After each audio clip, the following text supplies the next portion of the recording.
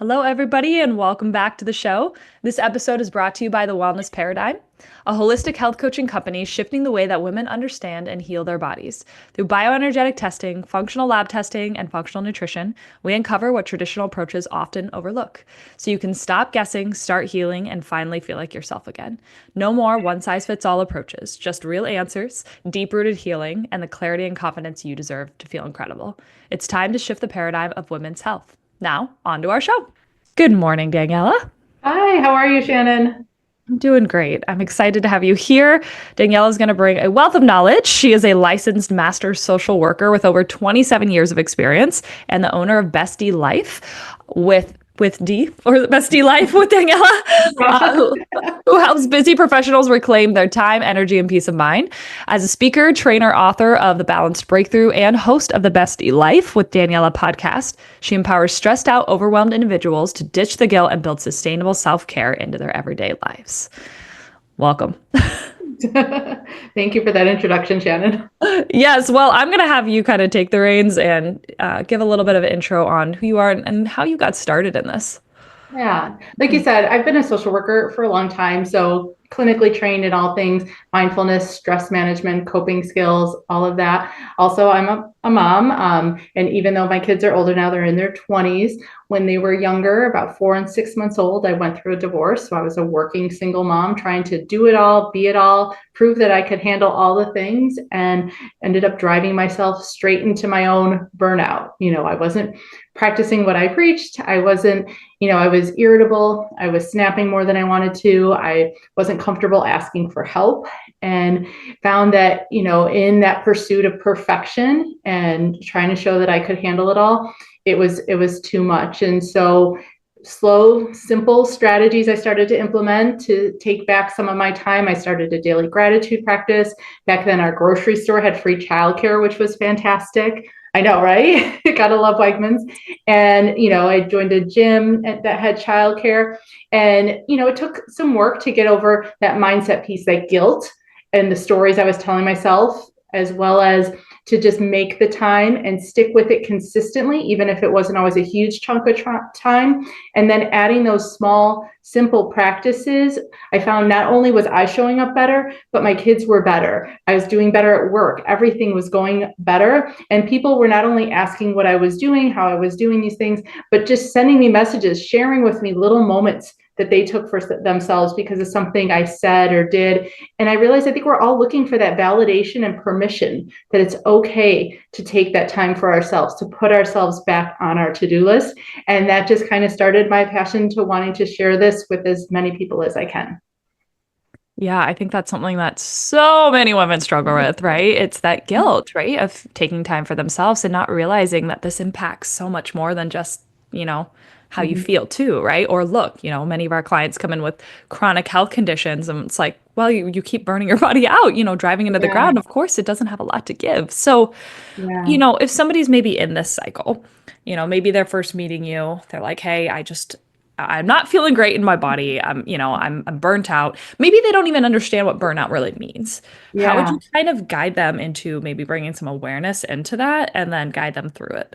Right. There's this analogy that I love. I love analogies. You'll find that over the course of us chatting, that really helps kind of visually show the difference between stress and burnout, because I think a lot of times those words get used interchangeably and they're not the same. So imagine you're sitting in front of a bonfire and you're putting more logs on the fire, and that fire is blazing. It is glowing bright red. It's hot.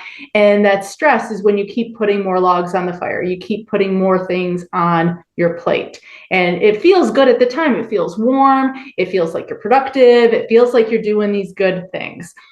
When you kind of get to that point, though, where you've overdone it with the stress, is where you get to burnout. And that's that next phase, that probably usually the next morning, where you just have that gray, ashy embers laying on the ground. You might be able to fan it and get a little bit of a flame, but that energy is gone. That fire is gone. And it doesn't matter how many more logs you keep trying to pile on, it's just going to crush even more because there's no air, there's no breathing room, there's no space.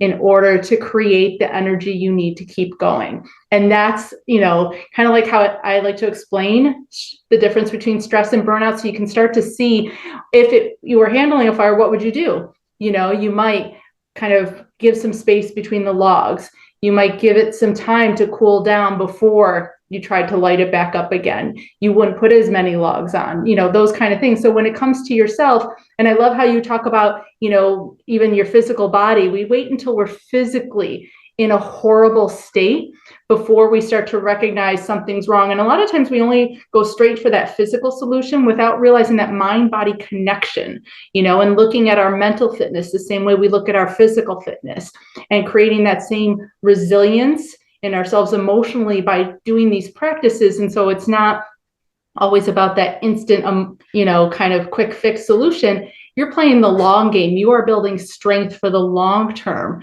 for all of those things that happen in life. And so that's where, definitely kind of helping them to understand that is where we would start. And then we would dive into the kind of the 3 pillars of what I teach people in the Exhausted to Empowered formula, which is how we address our mindset, which is that guilt and those limiting beliefs, our time planning, how we're setting ourselves up for success each day, and then your self-care. And I can't wait to dive into that because it's not what people typically think of as far as like luxuries or spa days. There's so much more to it. Oh my gosh, I love that analogy. I feel like I have to use that analogy with some clients. It's not an original one, so take it and steal it. Perfect, because, in this day and age, everyone wants to talk about cortisol, right? That's such a hot topic. Yes. I obviously deal with cortisol. We can do cortisol testing, but it's like people don't understand you have high and low cortisol and you have high stress. But what people don't realize is what burnout really is when you actually are just completely depleted, where you've been burnt out or stressed for so long, you actually no longer make cortisol the same way. Yeah. And so that fiery ember, that was a really great analogy because people always think, oh, it's just stress. And I love what you said too. It's not about not being stressed, right? It's about how resilient your body can be to that stress, right? So it stops wearing you out so much. Yeah. All right, let's get into the self-care because this is such a great topic, right? Everybody wants to go into bubble baths and massages, which great. Do you love that? Right. But self-care is so much more than that. So dive in. We're going to reframe the way we think about it, and like I said, we start with our mindset and then our time planning and then the self-care, because when you think differently, you feel differently. And when you feel differently, you act differently. And if you just go through the motions, check the boxes, I did this, but you're still running through your to-do list, or you have those negative thoughts in your head, you're not going to get the benefits of it. So definitely, like I said, we take time to work on your mindset, your time planning, really looking at your priorities each day. And when we talk about self-care, like you said, it's not the spa days or massages, even though I love those, but they're just a quick fix, and you think you wouldn't eat on Sunday and not be starving on Tuesday. You can't do one thing on Saturday and think that's your self-care for the week. So I teach a very practical self-care made of micro moments throughout your day based in these 8 different pillars. And it covers everything from how you sleep, how you eat, how you move, how you dress, how you decorate and organize your home, how you connect with others, how you think about money, as well as then that traditional personal development like mindfulness, meditation, journaling, and those types of practices. It's interesting, we have a lot of guests and they, speak on different topics of those things, but I don't often hear about how you dress, right? We know about our environment. So I'd love for you to maybe pick 1 or 2 things that are something that stands out that maybe isn't quite as traditional, when people think about self-care. And absolutely, like you said, people don't always think of the way they dress as part of their self-care, but self-care isn't just about creating that sense of calm and relaxation. It's about your confidence. It's about the energy that you show up with in any given situation as part of that self-care. And when you're rocking that one blazer that you feel like you look good in versus when you're wearing like your oversized sweats and things like that, you have a different energy. You show up differently when you do your hair, versus when it's just pulled back in a messy bun, those types of things. And it doesn't mean you always have to be dressed to the nines or in a perfect state, but just understanding you want to feel good about yourself when you walk out of the house. And so maybe just making sure your clothes fit right, so you're not self-conscious and tugging at them and those types of things. You can still be casual and comfortable. I love a good sweatsuit, but knowing even there's color stylists out there now, knowing your colors, knowing just simple practices, self-care, or my skincare routine at night is part of how I'm dressing each day because I'm taking care of myself. I feel like my skin looks healthy, those kind of things, drinking water. So, recognizing it's kind of building these small practices, and how you dress doesn't take long. It's something you're doing every day. When you bring a different intention and mindset to even common everyday practices and actions, like that first cup of coffee in the morning, if you take 30 seconds and focus on that mindful practice of feeling the warmth of the mug, smelling the coffee, savoring that first sip of it, it has such a different benefit as far as, like you said, lowering your cortisol levels, lowering your heart rate, lowering your stress levels, as well as even the dopamine hits of knowing you're doing something good for yourself, is where you start to build these micro moments and practices throughout your day. And you start to habituate them so they don't feel like you're doing extra work. They don't feel like you're doing more things. Another one people don't always think of as their self-care is how they think about money. No one thinks of money as self-care, but money is definitely, it's an energy. Money has different emotions tied to it. You can have good money energy or bad money energy, depending on if you see the money going out negatively towards bills versus positively towards spending on a trip. You're still spending money, but how you think about it changes the way, you're going to feel about spending that money, as well as, when I talk about these practices, it's like a wheel diagram. I have like this wagon wheel, and each pillar is a different spoke. And you think if one spoke is broken, it's going to affect how your wheel rolls down the road each day. And so, say you're not thinking well about money, you're stressed about it. I don't know about you, but I might not sleep great then because I'm stressed about money. When I don't sleep great, I don't eat great. I crave carbs. I, don't always practice some healthy habits. Then maybe I don't feel like working out. And so there goes my movement, as well as I'm in a bad mood and my connections with others that day might not be the best. And so now you look at from that wheel perspective, one area of that self-care had an impact on my entire day. And so that's why being able to find micro moments in different areas, it doesn't have to look the same each day. You can find different ways to build those areas up so that they flow together in harmony. I think it That is was a lot. no, it is so important to mention that. I actually bring like financial wellness people on to this podcast, right? Like people do not realize how much it affects their, I think, I don't know what the actual term is, but, most people, the highest stress is what, relationships, finances, Yeah, kids, family. So it's a really important topic. So I really appreciate that you kind of, tapped on that. I think if somebody, many women that probably listen to this that we work with, it's hard to find the micro moments, right? Because it has to be something big, or it doesn't feel like it's worthy of their time, or they're not doing anything, right? And I love the like 1% better every day, but sometimes it's hard to keep the focus when it feels like things are moving at a snail pace, right? And we Yeah. know, the impact it has, but how would you maybe reframe it for somebody that's maybe really wanting to do this, maybe has heard many podcasts like, okay, I know this is important, but I'm really struggling to kind of keep it in because I don't feel a difference, or I'm not really seeing the impact. How would you reframe that for somebody? I mean, I think to look at what's going to be the simplest and most sustainable thing is where they're going to get the most impact, and help them kind of see, there's so many analogies. There's the tortoise and the hare. There's, how, one tiny grain can make that huge impact kind of stuff. I think that's where that mindset piece is so important. You can't just do the self-care without that mindset piece of reframing how you're thinking about it. And like I said, recognizing when you have that intention, you do start to feel like you're making a difference. Even just a 1-minute practice 5 times a day, you have a 5-minute self-care practice. You can build that to a 10-minute by just making it 2 minutes at each time. 3 minutes, you have a 15-minute self-care practice.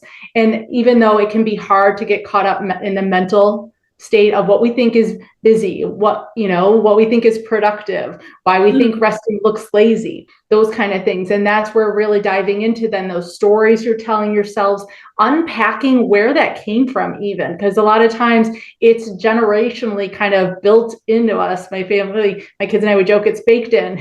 Some of the stuff we're trying to undo, it's just baked in, and we're trying to kind of work through and do different and do better.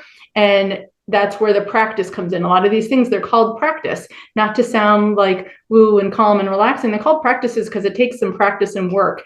And a lot of times just even approaching it like we would a child, we think, when our kids are learning how to walk or ride a bike, we don't expect them to get up the first time and be perfect at it. We want, we know they're going to fall. We know they're going to stumble. We know they're going to get frustrated, and we keep encouraging them. And when we can talk to ourselves that same way we would talk to our kids or a friend or anybody else, is where we can then build in that grace and compassion and kindness and that self-love to be able to go and build these practices that we see, online, but someone's been working on that for like 10, 15 years to get to that point. We want someone's end results, kind of like I'm going to run a marathon and thinking I'm going to go outside and do 26 miles versus I need to start with a jog around the block. So true. Right?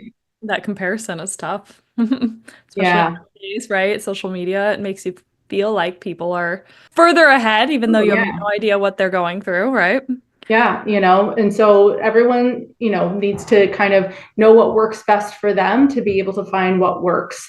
Everyone's in different seasons of lives. When my kids were younger, it looked very different than it does today now that my kids are grown, and just being able to give yourself that grace. I love grace. It's one of my favorite things. And in my family, we have the motto, you get 3 tries for anything new. Whether it started with a recipe, it started with this bowl of gnocchi that I wanted to make that took a really bad turn the first time.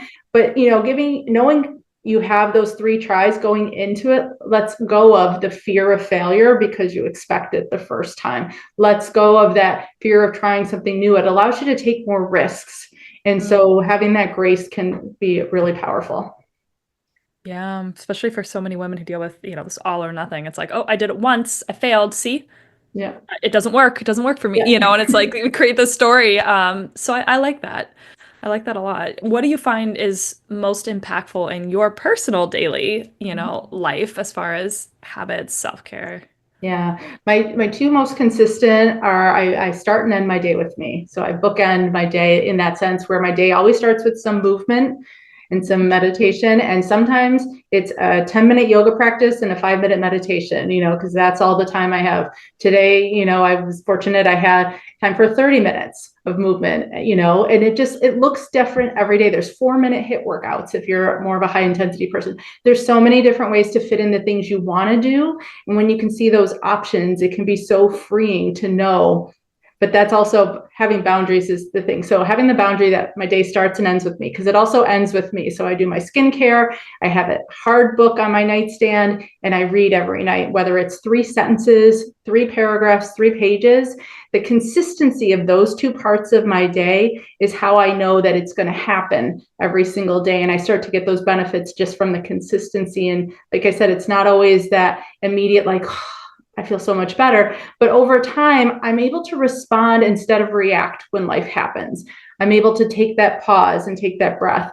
But like I said, then throughout my day, I dress in a way that I know feels good to me. I take intentional, mindful moments throughout my day. I listen to my favorite podcasts or a book on tape on my way to work, or I catch up. My son calls me every day on his way home from work. So I have those connections, And the thing is, too, it modeled for them growing up how to take care of themselves, how to manage their own stresses in their life, because a lot of times they do what we do and not what we say. And, again, that's where it really does help everybody else around you, so fitting in connections, fitting in food, fitting in all these different practices. You asked me when we were still off camera what some of the things behind me meant, creating a space that feels like you, that has these pieces of you in it, even if it's just a tiny corner of your house, is a key to finding those moments for you. Yeah. Uh, yes, the stuff behind you is so cute. But I think you had mentioned generational impact, and that Mm-hmm. really, I feel like can't be talked about enough. It's like we know it, right? We know our kids model us, but we don't realize that they grow up seeing how we treat ourselves, not just in the things we do, but the words we say to ourselves. Yeah. And, I don't want to be in pictures. I never look good in pictures. I'm too fat, I want to stand behind people so no one can see me. So we're telling people we want to be invisible, we wanted these things. And it's generation, not just even for the emotional stuff, but even physically, you think of all the hereditary types of things we inherit. And it's not always just heart disease and diabetes. Sometimes it's thoughts that can be just as kind of unhealthy as our physical state. And the thing is, too, I think when it comes to self care, we take that word self a little too literally. And then we think we have to do it alone and in isolation. And that's not the case either. Self care, it can be loud, it can be laughter, it can be with our friends, our family, and our kids, Yeah. going for a bike ride together, going for a nature scavenger hunt, meal prepping together. All these kind of things, family dance night. There's so many different ways that you can incorporate this self-care with other people. And so again, when we start to see it differently, we don't think we're taking away from people when we're doing that self-care. We don't feel like, oh, I've got to go seclude myself. That's not always the case. I love that. Yes. Yeah, self-care doesn't have to be for you. Because that was another thing I was going to ask you is, that guilt cycle that so many women, moms especially go through. It's like, well, if I take away this time from my Mm-hmm. kid, I'm taking that away versus like you are giving them so much more. Um, Absolutely. You're is giving there them the better version of yourself that you want them to remember and talk about when they're old, or not the trauma because you were just like on your last nerve all the time. Yes. Yes. I can't tell you how many women we've worked with that are like, man, I wish I had met you, 10, 15, 20 years ago when I had kids because I would be a different person, and I Mm-hmm. think my kids would be different people too, and there's a lot of guilt, shame around that too, right? And it's like, we're all doing the best we can with what we have, you know what I mean? Mm-hmm. Um, That it's our first time at life for all of us. And I think we forget that. yes. Yes. And it's like people are the way they are, positive, and I don't want to say negative, but all of the beautiful things and maybe less beautiful are not bad things. They all make us who we are. But if somebody, what would you say is like one or two things? If somebody is like, I want to get started right now, I'm doing my self care. It doesn't, I'm doing really good on that. I'm feeling a little bit better, Mhm. but they want to take it maybe a little step further. What would you encourage them as like that next step? Um, Definitely to build on the things they're doing if they feel like those are helpful and they're working for them, to see how they can build, to see how they can explore different forms of self-care if they've only been looking at a couple. Because I think sometimes too, we can narrow in on one or two things, not realizing again that wheel of how things flow together and seeing if there's other areas we can strengthen. As well as to even, I don't know if it's necessarily take a step back, but now start to look at the mindset part of it. If you're feeling like, okay, I feel a little bit better, but I'm not sure if I can do more, or there's obstacles getting in the way. One thing I tell people to do sometimes is just sit on the couch and do nothing. And it might be 5 minutes, it might be 10 minutes, it might be 20 minutes, but don't pick up your phone, don't watch a TV show, and start to notice what are those thoughts that are creeping in. What are those things that you're like, oh, I can't just sit here. I need to be doing something. I should do this. What are those things that start creeping up? And if need be, just write them down and start unpacking those and really looking at what can I say differently, first of all, because a lot of this practice too is we're creating not only new habits, but we're creating a new way of thinking. So we're creating new neural pathways in our brain. And so all the science behind it talks about how you need that practice and repetition of changing this story. Again, I have another analogy for neural pathways in mindset is it's kind of like taking a hike in the woods. You know the path that you're going to follow because it's well worn. It's been traveled on for years. The grass is all matted down. And those are sometimes those negative thoughts we have in our head. We've had them for years. It's our default mode. It's what our brain knows to go to. So when we're creating a new thought pattern, it's like creating a new trail in the woods. And you need that time and repetition to wear it down so that it's easy to fall into. It's easy to follow, easy to find. It's not that effort and work, and create that new way of thinking. It sounds silly, but I have like little sticky notes on my bathroom mirror with like different, phrases I'm working on, different things I'm still working on, because it's not a one and done. We're all kind of works in progress. And, just finding different ways to get that repetition in, whether it's part of a daily gratitude practice or different things, is how it becomes just easy. It becomes more ingrained as part of who you are. And then it doesn't, it's not necessarily that same work. It's just part of how you're living each day. Yeah. And I think I love post-it notes on mirrors. I tell my clients to do this because it's like, what's the one thing you hopefully should be doing every day? Brushing your teeth, Mhm. So put it somewhere where you're going to see it every day. But then also know as you change, evolve, and move and shift, you might take down a sticky note and replace it, Yeah. Or just You keep are, adding. And these are some of, when we talk about, I love talking about boundaries too. That's one of my favorite B words, because when I talk about work-life balance, people are like, oh, you can't have balance, you can't have everything equal. And I agree 100%. Balance isn't about finding everything to be equal. Balance, I believe, comes from how you adapt, pivot, have resilience, and then boundaries, because boundaries are freeing. They're not just saying no. Boundaries are saying yes. Yes to yourself, yes to the things that light you up, yes to the things you want to do, in addition to all the things you have to do. And when you set those boundaries, it's freeing again for you and everyone around you. Think if you wanted to go to your favorite coffee shop, but every time you showed up, you never knew when they were open because they didn't have it posted when they're available. And boundaries are like our own kind of personal coffee shop hours. We let people know I'm free. I shut my phone off at 10 o'clock at night. People know not to reach me after 10 o'clock at night. I have outgoing emails that say, I'm off for this time period. I get back to you in 24 hours, or I can reach you tomorrow. There's so many ways to put boundaries in place that doesn't feel negative, doesn't feel like a no. Someone asks you to do something, you're really busy. You can say, yes, that sounds great. How about next month? And suggest a time that works for you. There's ways to make this work-life flow, work-life harmony, work-life balance, whatever people want to call it, work for you, so that you're not lost in either your work or your life, but you have those pieces, and then you have those micro moments of you throughout your entire day. beautiful. Chef's kiss. I love it. So many good little nuggets. Do you have any other analogies you want to? I know. I love these analogies. Quotes. Like I said, those are my favorite things.